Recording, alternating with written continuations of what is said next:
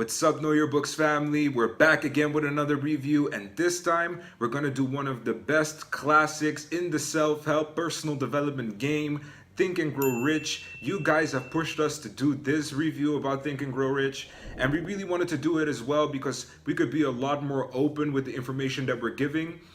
Because usually I am not giving that much information about the book. I am giving some gems here and there to get you interested and to make sure you purchase the book, because I really want you to support the authors because they put so much time and effort into actually making these pieces of work. So like I say as well, like there are no shortcuts to knowledge and implementation, and that's just how it is, and I firmly believe in that. So make sure that you do purchase the book if you have the opportunity to do so. Now, the question that we want to answer in this review is if Napoleon Hill's Think and Grow Rich is really worth it, or is it just a hyped up bunch of, you know what I'm saying. So the question we want to answer in this review is if Napoleon Hill's Think and Grow Rich is really all worth it, or is it just hyped up? So without further ado, let's get into this knowledge. Before I start going into the actual book, I want to talk about Napoleon Hill's story, because it's really essential to know where Napoleon Hill is coming from and how he actually ended up writing Think and Grow Rich. It's a pretty interesting story, so I'm gonna go ahead and just give it to you right now. Napoleon Hill was a young reporter in 1908, and he was asked by a magazine to do a major series on some of the most successful business figures in America at that time. And one of those major figures at that time was Andrew Carnegie, the steel magnate and the richest man in America. And after being invited for an interview, he went to that interview. He was super nervous. He didn't know what he was going to do, but he ended up actually making a 1 hour or 2 hour conversation in a complete weekend. So they were basically talking and chatting with each other over a weekend. After that weekend, Andrew Carnegie challenged Napoleon Hill to a 20-year research for the philosophy of success. Obviously, Napoleon Hill eagerly said yes to this opportunity, especially because Andrew Carnegie was one of the most important figures at that time, and of course he was the richest person in America, so he had a lot of pull with a lot of connections. Andrew Carnegie basically predicted how long that research was going to take, because it literally took 20 years of research for Napoleon Hill to finish the final book, The Laws of Success, with a sample of over 500 influential and successful people in America. 8 volumes and 1,500 pages, The Laws of Success was a major success in America and all over the world. Napoleon Hill was living the good life. He bought a large estate, and what he wanted to do, he wanted to create the first success university on the planet. Unfortunately, the economic collapse hit, the depression hit, and Napoleon Hill lost everything. And in the meantime, there were a lot of ups and downs in Napoleon Hill's life. But eventually, he was able to write a new manuscript, and after a couple of years, he revisited that manuscript and decided to finish it. And that book, and from that, Think and Grow Rich was born. An amazing story full of ups and downs, and there are a lot of details missing in the story because there are so many things that Napoleon Hill actually did in that time that it's really hard to actually get everything up in one story. But this was the overall gist. But you can't, it is just impossible not to respect Napoleon Hill for all the struggle that he went through and the amount of years that he put into the research to make sure that he had it right. The book starts off with the famous question, what do you want most? And it embodies the entirety of the book, the 13 steps to riches. And that is that this is what it is about. What is your purpose? Introduction also gives you some hints and instructions on how to best read the book and implement the book in the right way. And there's one quick hint that I can give you about this introduction, and that is mastermind.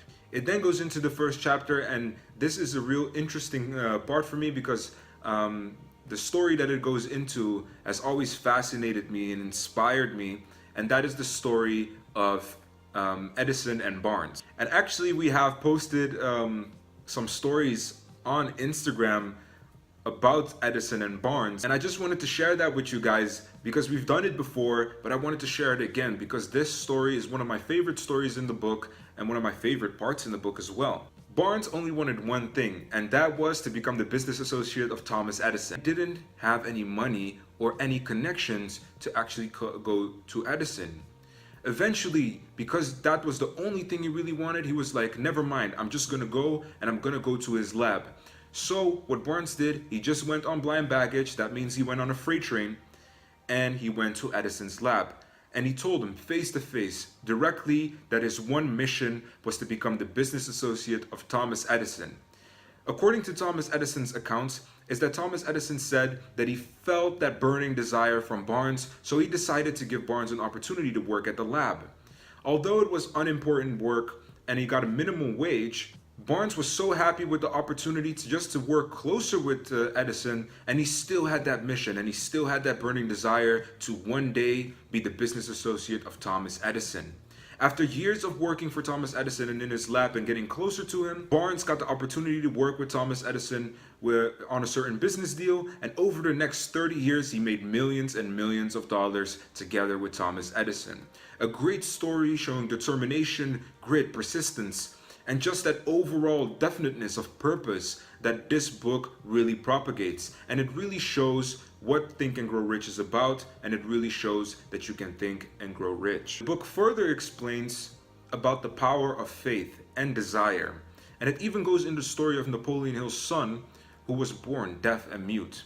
Napoleon Hill's emotional story about his son and how he tried to help his son during this time to make sure that he felt as normal and could succeed even though he had some disabilities really inspired me. And I really think that these type of stories are so important, and they have to have context. So I'm not going to give you the story. I really want you to go in the book yourself and read it, because I think if you read the story, that really your perception and mindset about just life will change in a second. Then goes into faith and the power of faith and desire, and how it can be induced by something or a technique called autosuggestion or self-suggestion.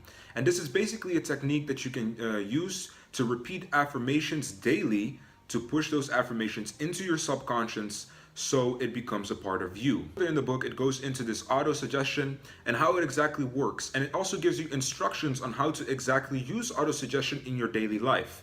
And that is the beautiful part about Think and Grow Rich, because it continues to show you exactly step by step on how to apply these techniques in your daily life and make them a habit. And that's also the focus of Think and Grow Rich. It should do it daily and really do it with a burning desire to make sure that it becomes a lifestyle. It then goes into the topic of specialized knowledge, and it emphasizes that you have to develop your skills and specialized knowledge to the point that other people would want to actually work with you, because literally this part of the book says that you don't need general knowledge. It says what you need is your part of specialized knowledge, and then bring other people together to form that alliance so you can work in unison and work in one direction and for one purpose. It then goes into the power of imagination and how to produce ideas more effectively. And Napoleon Hill distinguishes between two different types of imagination: synthetic imagination and creative imagination. Synthetic imagination is basically forming old ideas or forming new ideas with older versions of ideas. Okay, so you're using the old to make new, so you're mixing it together. Creative imagination is basically your contact or your full communication with the infinite intelligence, as Napoleon Hill calls it. This is where inspiration, feelings of inspiration come from, new ideas, real new and creative ideas. And this is basically what Napoleon Hill distinguishes as two types of imagination. And Napoleon Hill emphasizes that synthetic imagination is probably the one that you're going to be using the most. And he also goes into exactly how to get in contact with that infinite intelligence, but also how to use that synthetic imagination more effectively. You know, and this part of the book, for some people, may sound like a little bit weird and hard to understand. But what it basically says is that you have an extremely powerful mind, and that your thoughts can actually become physical and can become its physical equivalent. And the idea starts within your mind, the concept starts within your mind, and then you start putting it out into the universe. It is an amazing concept. It's sometimes a little bit dramatic, and I do have to say that Napoleon Hill has some flair for the dramatic. But it is an amazing chapter that shows the power of the mind and the power of your thoughts. Then goes from this idea creation stage to the planning stage, and gives you instructions on how to plan effectively and make sure that businesses that you're going to start thrive. And one of the main concepts that I said also in the beginning, which it gives instructions for and how to manage that, is masterminds. Because the book really emphasizes the importance of masterminds and actually pushes people to start making masterminds with like-minded people. And the book also includes ways that leaders fail, or causes that leaders fail in managing some of these masterminds, but also in business. And it's a really good part of the book to show your own flaws and how to make sure that you can combat them so you can better manage these masterminds, these businesses, and that the people are harmonized together. Because Napoleon Hill emphasizes that you have to have everybody in harmony in that mastermind to make it work. If it doesn't, then probably that mastermind will fail. One of my favorite parts of the book is the 30 major causes of failure. And the reason why is because you can really take inventory of yourself. And some of these major causes of failure include lack of persistence, lack of self-discipline, lack of well-defined purpose in life, lack of ambition. And these causes, which also give small descriptions with them, you can really take inventory of yourself and look at yourself in the bigger picture. Do I have these aspects of my life in order? And you can also start making adjustments in your life just because of that. The funny part about taking inventory about yourself is that after those 30 major causes of failure, it goes into 28 questions you need to ask yourself to take inventory of yourself. And I use these in my journey still right now to ask myself what is going wrong, why are things going wrong, or why aren't things going faster, or why are things not going the way I want it to go. And you can really identify some of the pain points that you have when it comes to pain points that are blocking your success. It then continues into effective decision making, combating procrastination, and developing true persistence. It gives instructions for all these particular aspects, and I think this part of the book can definitely help people who have problems with procrastination. It definitely has helped me with a lot of particular projects that I was working on, and developing that persistence, that I'm not going to give up. This is my mission. And it really gives you like a overview on what it really means to be persistent. Now, in between this and what I'm going to talk about now, there are many steps that are also in between there. But I want to go and skip ahead to one of my favorite chapters in the book. And but before I do that, I just want to tell you, if you want to know more about these 13 steps, make sure to purchase Think and Grow Rich, because I think this is a must read for anyone who is starting out. If you have watched our previous videos, then you know how much I'm pushing it.